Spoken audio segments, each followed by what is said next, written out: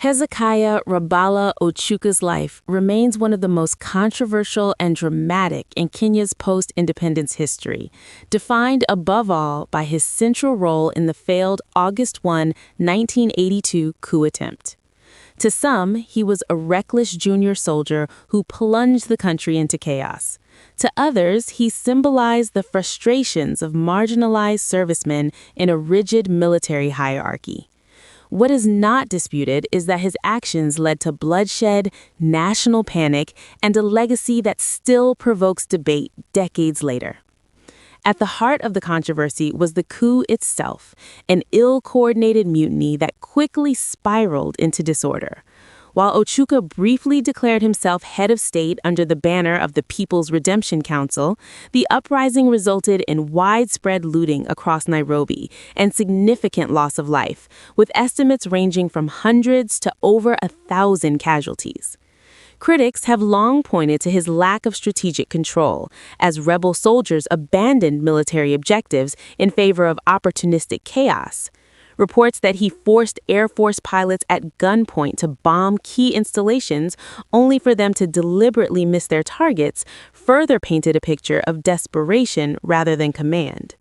His brief claim to power, often referred to as the 6-hour presidency, added a surreal dimension to his story. Ochuka reportedly donned the insignia of a senior officer far above his rank and made grand declarations over national radio, even alleging foreign backing from neighboring countries and distant allies like the Soviet Union.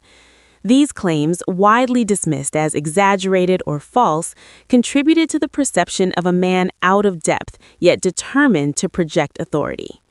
The aftermath of the failed coup deepened the controversy.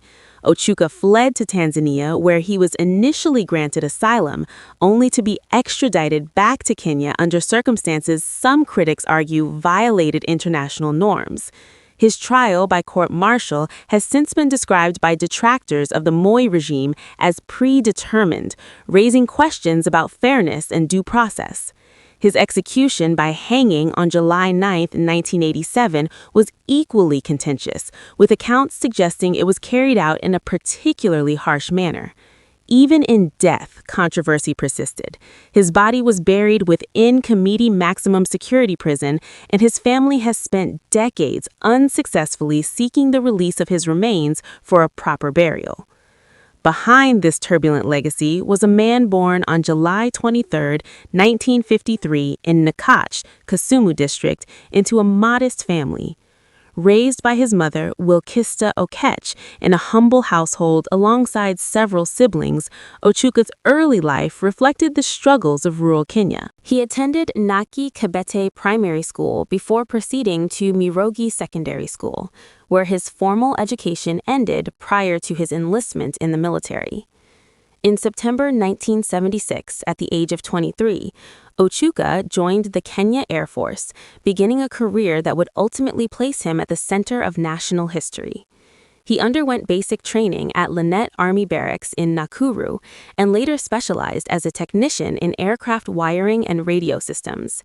His technical abilities earned him further training abroad at RAF Cosford in the United Kingdom between 1978 and 1980, where he qualified in electrical devices and instrumentation. Despite this training, Ochuka remained a low-ranking serviceman, holding the position of Senior Private Grade 1, the second lowest rank in the military at the time. Stationed primarily at Eastleigh Air Base in Nairobi, he worked in hangars and technical units, later gaining influence among fellow junior officers through his presence at the Servicemen's Mess. Known for his persuasive speaking skills, he gradually built a network of discontented colleagues, many of whom shared grievances about inequality, poor pay, and perceived favoritism within the armed forces.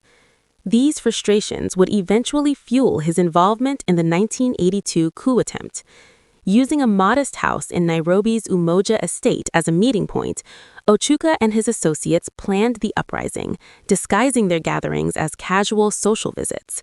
When the coup was launched, he assumed leadership and declared himself chairman of the People's Redemption Council, marking the peak and immediate unraveling of his ambitions.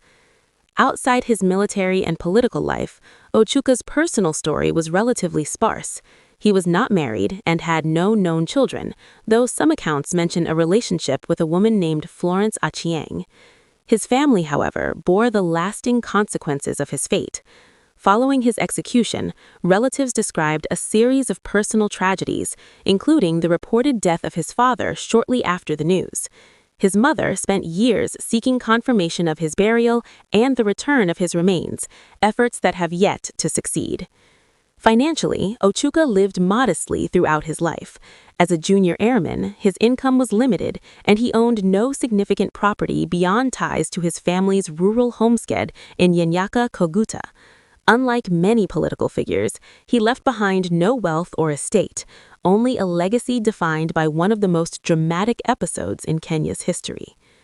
Hezekiah Rabala Ochuka died on July 9, 1987, executed by hanging at Kamiti Maximum Security Prison after being convicted of treason. He was buried in an unmarked grave within the prison grounds, a final chapter that continues to symbolize both the secrecy and severity surrounding his case.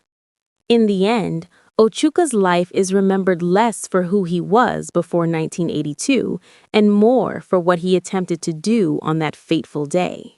His story remains a cautionary tale of ambition, grievance, and the unpredictable consequences of challenging state power from the margins.